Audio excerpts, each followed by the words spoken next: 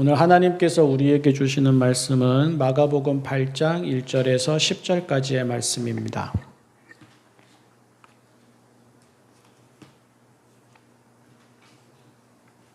세번역 성경 신약 70쪽 마가복음 8장 1절에서 10절까지의 말씀입니다.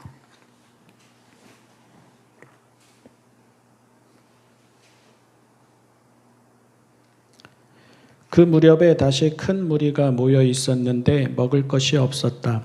예수께서 제자들을 가까이 불러놓고 말씀하셨다. 저 무리가 나와 함께 있은 지가 벌써 사흘이나 되었는데 먹을 것이 없으니 가엾다.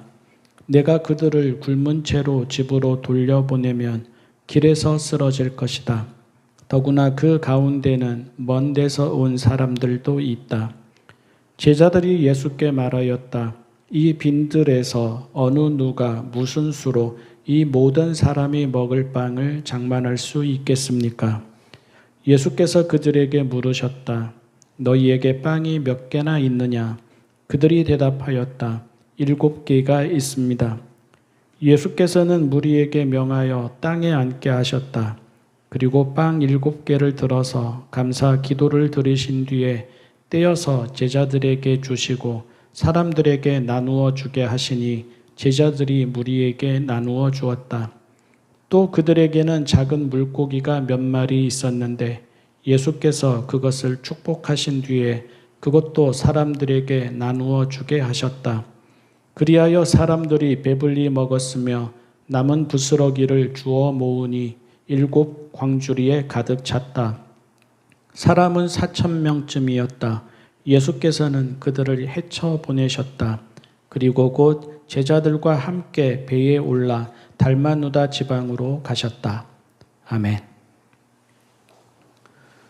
영적으로는 사탄이 만들어 놓은 함정에, 그리고 사회적으로는 자본주의와 신자유주의가 만들어 놓은 함정에 빠졌다고 생각을 하는데요. 도무지 만족하지 못하는 거요. 언제나 더를 요구합니다.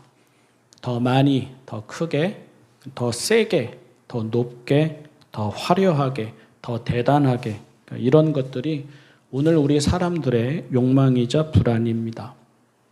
더 좋은 집, 더 큰 집, 더 좋은 차, 더 비싼 차, 더 좋은 액세서리, 더 좋은 소비, 더 많은 소비 등이 오늘 우리 사람들의 성공과 행복을 가르는 기준이자 또 실패와 불행을 정하는 그러한 기준입니다.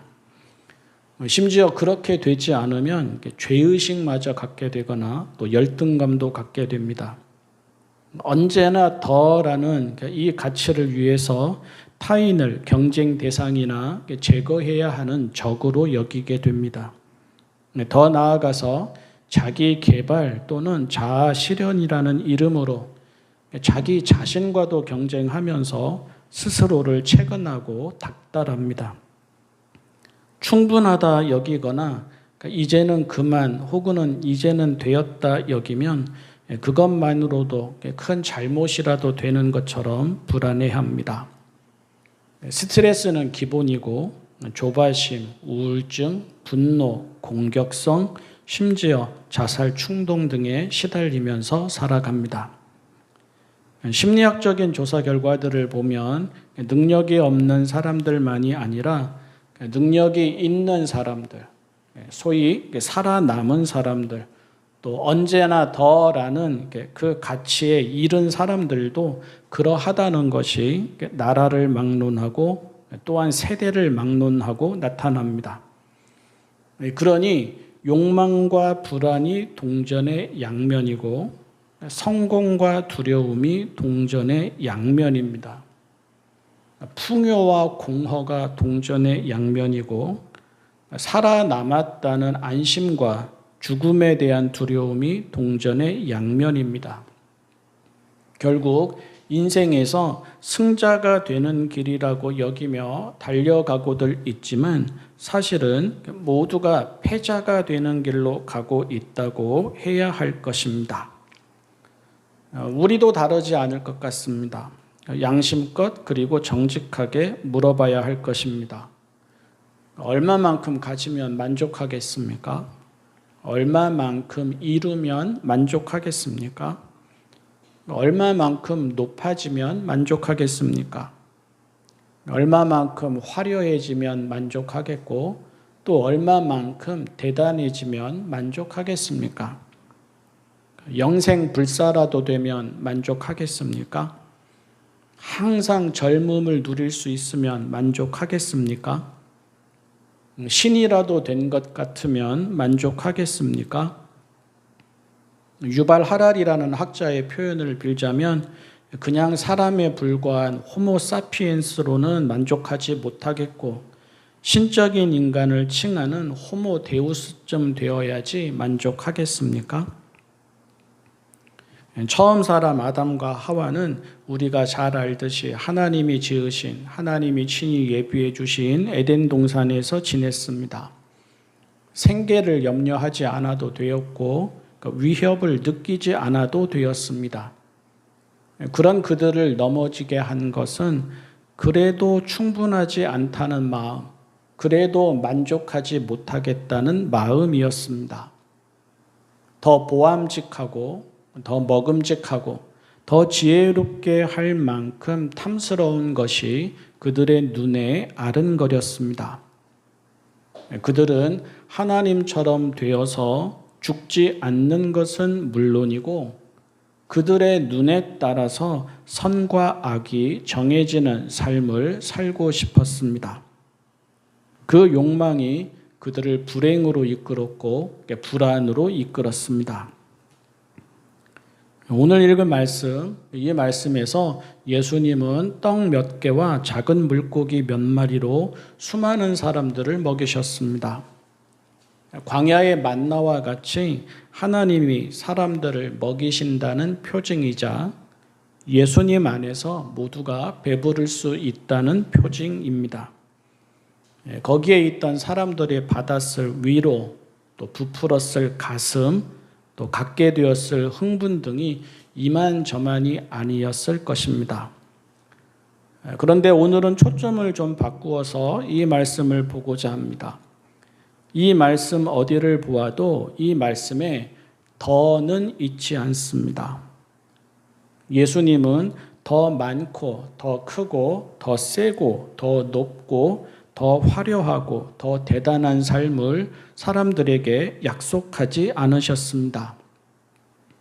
흔히 예수님을 믿으면서 기대하게 되는 사업에서의 성공, 물질적인 풍요, 형통한 삶, 더 보암직한 삶 등과는 아무런 관계가 없었습니다. 예수님이 사람들에게 베푸신 것은 그저 간단하고 소박한 한 끼의 밥에 불과했습니다.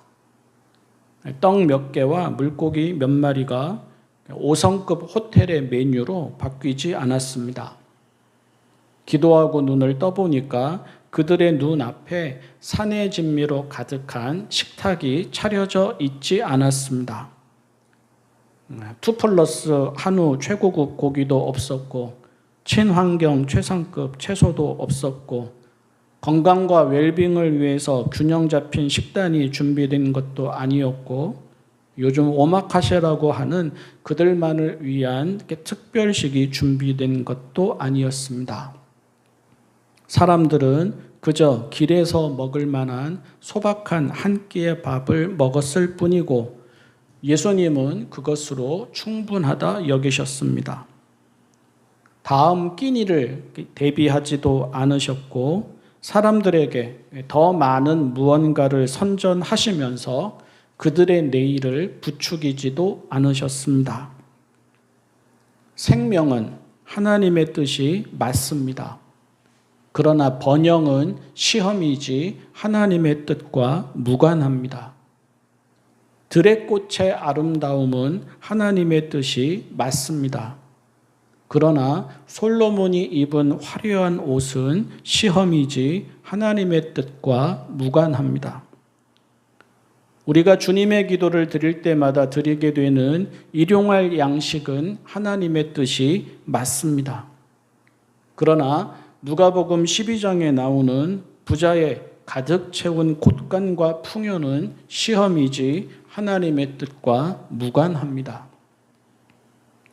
잠언 30장에서 아굴은 저를 가난하게도 부유하게도 하지 마시고 오직 저에게 필요한 양식만을 주십시오 기도했습니다.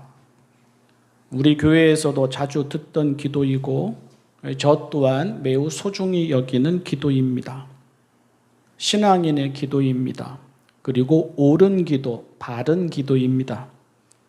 그런데 특이한 것은 대부분의 성도들이 이 기도를 알고 이 기도를 좋아하고 이 기도의 울림을 받고 이 기도를 인용하면서 드리는데 부유하게도 마시고가 아니라 가난하게도 마시고에 방점을 둡니다. 이미 충분하니 부유함은 이제 그만이라는 의미에서 이 기도를 드리는 경우는 거의 보지 못했습니다. 그렇게 되는 것은 지금이 아니라 더 많이 갖게 된 미래, 그 미래가 언제 올지, 과연 올지 알지 모르겠지만 하여간 그 미래의 일이고 지금은 아직 충분하지 않으니 더 나아가고 더 높아지고 더 이루게 되고 더 채워주소서 하는 의미에서 이 기도를 드리는 경우가 대부분입니다.